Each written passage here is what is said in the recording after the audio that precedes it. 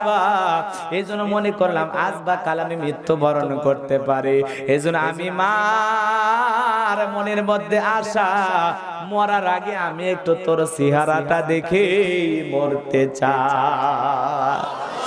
Abdul Malik pocket থেকে কিছু টাকা বের করে মার হাতে দেয়। এমত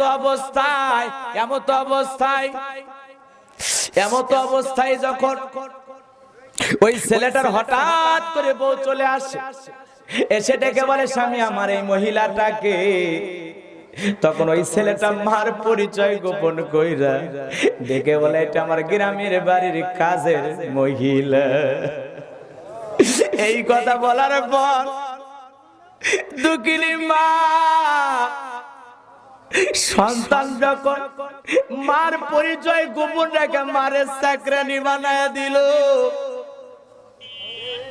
এই কথা শোনার পর স্ত্রী যখন বিদায় নিয়ে চলে গেল, মা ডেকে বলে, বাবা তুই আমারে চাকরানি বানায় দিলি, তুই কি ভুলে গেছিস বাবা?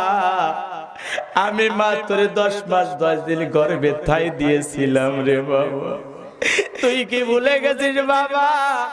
মাঝে মাঝে যখন তোর রোগ হইতো রে বাবা, আমি সারা রাত জেগে জেগে মা তোর দেহের ভিতরে পানি দিয়া শরীরটাকে সুস্থ করার চেষ্টা করতাম।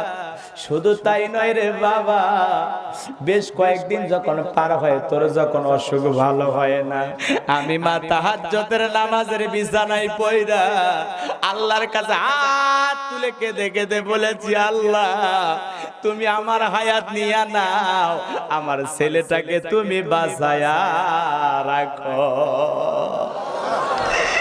আজকে বইয়ের কথাই তুই আমারে চাকরানি বানাইলি বাবা।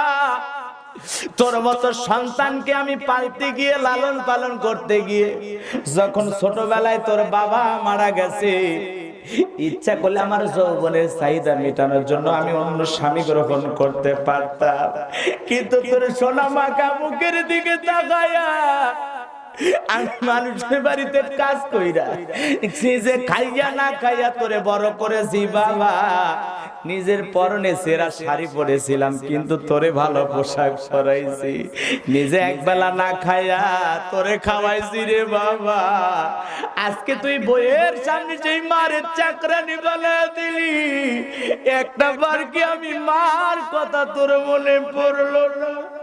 এই কথা বলার সঙ্গে সঙ্গে মা দুঃখিনী সন্তানের দেয়া টাকা ছেলের হাতে ফেরত দিল, দিয়া বলে, বাবা তোর টাকা তুই পকেটে রাখ, আমি মা আমার কোনো টাকার প্রয়োজন নাই। ওরে কপাল পোড়া যুবক, মা কোনদিন সন্তানের কাছে টাকার আশা করে না, ভালো খাওয়ার আশা করে না। মা চাই নিজের সন্তানটা ভালো থাক। কথা বলেন ঠিক না বেটি? এই যে মা বুক ভরা ব্যথা নিয়ে ছেলেকে ডেকে বলে, বাবা কলিজার মধ্যে এমন একটা দাগ দিলি রে সন্তান, আমি মা এই দাগের কথা বলতে পারবো না। এই কথা বলে দুঃখিনী মা বাড়িতে চলে যাওয়ার পর অসুস্থ অবস্থায় বিনা চিকিৎসায় মা যখন মারা গেল, এলাকার মানুষ অপেক্ষায় থাকলো হয়তো বা ছেলে আসবে, কিন্তু দাদা অপেক্ষায় থেকে কোনো লাভ হলো না। ঘন্টার পর ঘন্টা চলে গেল, কিন্তু তার ছেলে আর আসলো না। এইবার মানুষজন সবাই ধরে অন্ধকার কবরে লোকটাকে শায়িত করলো। কয়েক বছর পর ওই এলাকায় ছেলেটা এসেছে নিজের চাকরির প্রমোশনে। হঠাৎ করে মার কথা মনে হয়ে গেছে। রাতের বেলায় কাজকর্ম শেষে মার দরজায় গিয়ে ডাক দেয়, মা তুমি দরজা খুলে দাও, মা দরজা খুলে দাও।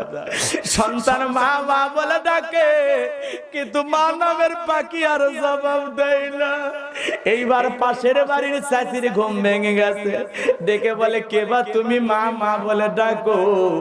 বলে, চাচি আমারে চিনতেছেন না, আমি আব্দুল মালিক। বাবা আসলি যখন এত দেরি করে কেন আসলি? এত বছর মায়ের খবর কেন নিলি না? তোর মা তো গত কয়েক বছর আগে অন্ধকার কবরে চলে গেছে। এইবার ছেলেটা ডেকে বলে, চাচি কি বলেন, আমার মা বেঁচে নয়? বলে না নেই। বলে, মা দুঃখিনীর কবরটা কোথায়? একটা বার আমার মার কবরটা একটু দেখায় দেন। চাচি সঙ্গে নিয়ে চলে গেল, যাওয়ার পর বলে বাবা এই যে কবরটা দেখ।